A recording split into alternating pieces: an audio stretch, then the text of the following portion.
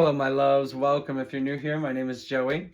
I was going to get a little mini series out where I just kind of teach people a little bit more about the tarot and kind of offer my intuition and my advice as a guide and really just kind of explain how cards work, and how to work with them in different ways. So, first of all, I will start by saying there's multiple different ways to read, and there's not really a wrong way.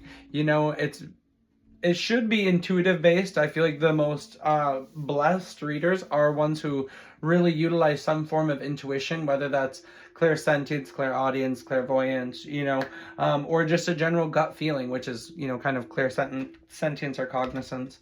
But also, there is like a definitive structure to the tarot. But the whole point of there being different decks is different messages. That's where intuitive messages come into play.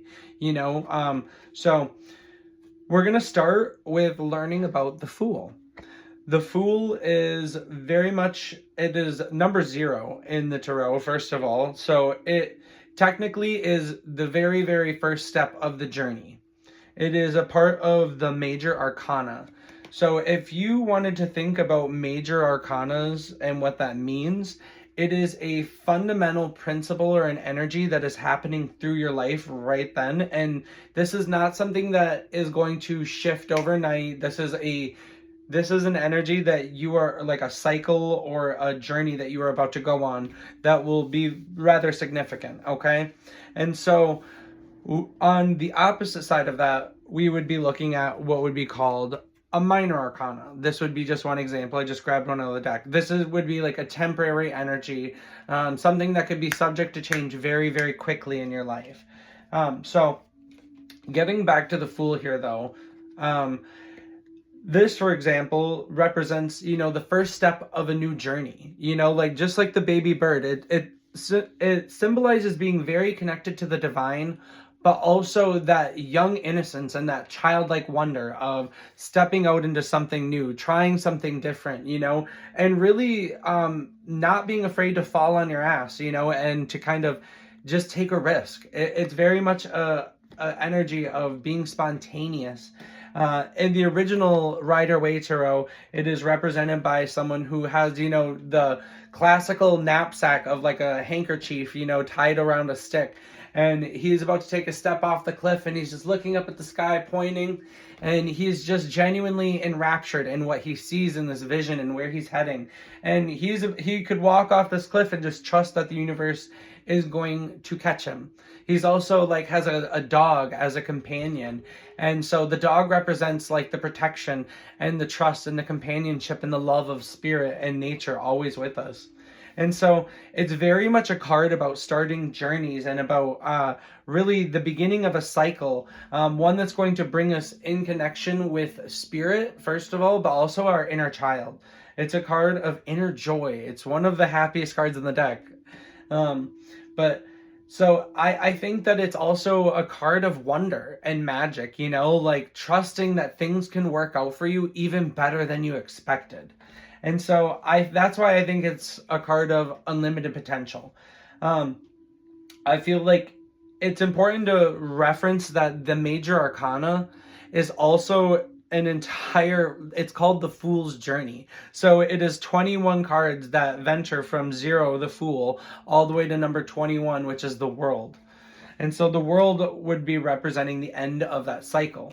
But we are never done cycling. So don't be surprised. Like just because you draw the Fool one time, doesn't mean that you can't start a new cycle right after that one. I mean, we're never done. And so, yeah, I think that it's a really good time to point out, and it's not just the imagery too, paying attention to how the colors, what are the colors telling you about the image? I mean, we're going back to color theory and to art class here. And so we're really getting into the feel of the colors. What is the feeling? Not just the imagery, not just the card, but notice the use of color and notice maybe correlate that to a chakra. Also, maybe tie in numerology if you're into numerology or astrology. I'm not really sure what the Fool is associated with astrologically. I guess I should have probably had that information ready, but I think that it's important to mention also that the Fool is also like an invitation to play and have fun. And so it's also like a strike while the iron's hot card. Like if you were asking like, oh, is this a good idea? Should I do this? And the Fool were to come out and you see this, it's like that moment of, you're never going to know until you try. But also, like, if the Fool is coming out, it's usually that Spirit is calling you. It's time, like this journey is ready to start. And so, and furthermore, with the Wheel of Fortune, they are telling me that when the Fool comes out, it is a very opportune time. It is an auspicious time to start whatever it is that you are being called to do. Yeah. So it is very much a card of lightheartedness, but in its shadow, they want me to teach you a little bit about inverted readings and what that could mean. So there are 72 different cards. They all mean something different.